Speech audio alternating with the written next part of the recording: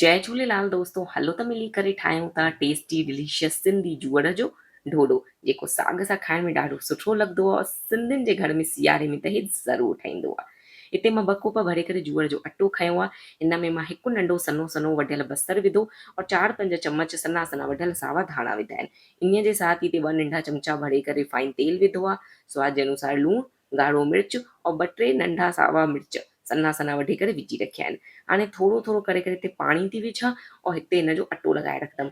अटो असांखे medium consistency जो लॻाइणो आहे। अगरि तव्हां ढोढो हिन तरीक़े सां ठाहियो त जे तरीक़े सां मां तव्हांखे ॿुधायां थी, त तव्हांखे अटो न हिकदमि सुको लॻाइणो अथव, न हिकदमि आलो लॻाइणो अथव। मीडियम कंसिस्टेंसी जो तव्हांखे अटो लॻाइणो अथव। हाणे जीअं असां कोकीअ जी थोरी वॾी चाणी खणंदा आहियूं न, उअं ई हिते ढोढे जी बि मां थोरी वॾी चाणी खई आहे। और हाणे हिनखे वेलण जी ट्रिक ॾिसो।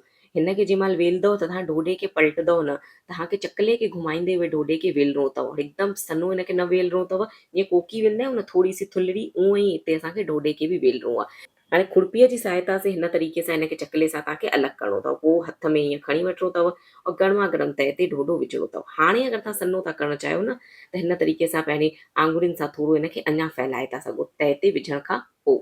हाणे हिकु तरफ ॾांहुं मां हिनखे पलटे वरितो आहे, थोरो सो ढोढो सिकजी वियो। हाणे मां हिते देसी घी थी लॻायां। ॿिए तरफ ॾांहुं बि हाणे हिते बढ़िया सां देसी घी लॻाए रखंदमि। तव्हां रिफाइंड ऑयल में बि ठाहे था सघो, देसी घीअ में बि ठाहे था सघो। ॿिन्हिनि तरफ ॾांहुं मां बढ़िया सां घी लॻाए वरितो आहे और हाणे हिनखे चङे तरीक़े सां बढ़िया क्रिस्पी करारो थियण ताईं असां सेके वठंदासीं। हाणे मां गैस जी बाहि थोरी घटि करे रखी आहे ताकी ढोढो जेको आहे असांजो बढ़िया सां सोक थी वञे। ढोढो सोक थी वियो त हिनखे मां लाहे वरितो आहे। इन ई तरीक़े सां मां हिते ॿियो बि ढोढो विधो आहे।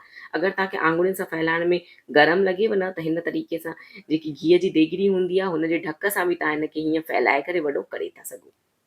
ॾिसो थोरो सो हिकु तरफ ॾांहुं पची वियो, ॿिए तरफ ॾांहुं बि हिन तरीक़े सां थोरो सो हिन सां दॿाए करे हिनखे अञा सन्नो करे वरितो। ॿिन्हिनि तरफ ॾांहुं थोरो थोरो पची वियो। हाणे घी लॻाए करे हिनखे सोक करे वठंदमि। टेस्टी डिलीशियस सिंधी जूअर जा ढोढा ठही करे तयारु अथव। अगरि तव्हांखे हथ सां ढोढे ठाहिण जी रेसिपी खपेव त कमेंट कयो, अगली रेसिपी उहा अपलोड थींदव। अॼु मां तव्हांखे वेले करे ढोढो कीअं ठाहियो इहो सेखारियोमांव। हलो वीडियो वणी हुजेव त वीडियो खे लाइक कयो, पेज खे फॉलो कयो और वधीक शेयर कयो। मिलूं था ॿी सिंधी रेसिपी सां। तेसिताईं जय झूलेलाल।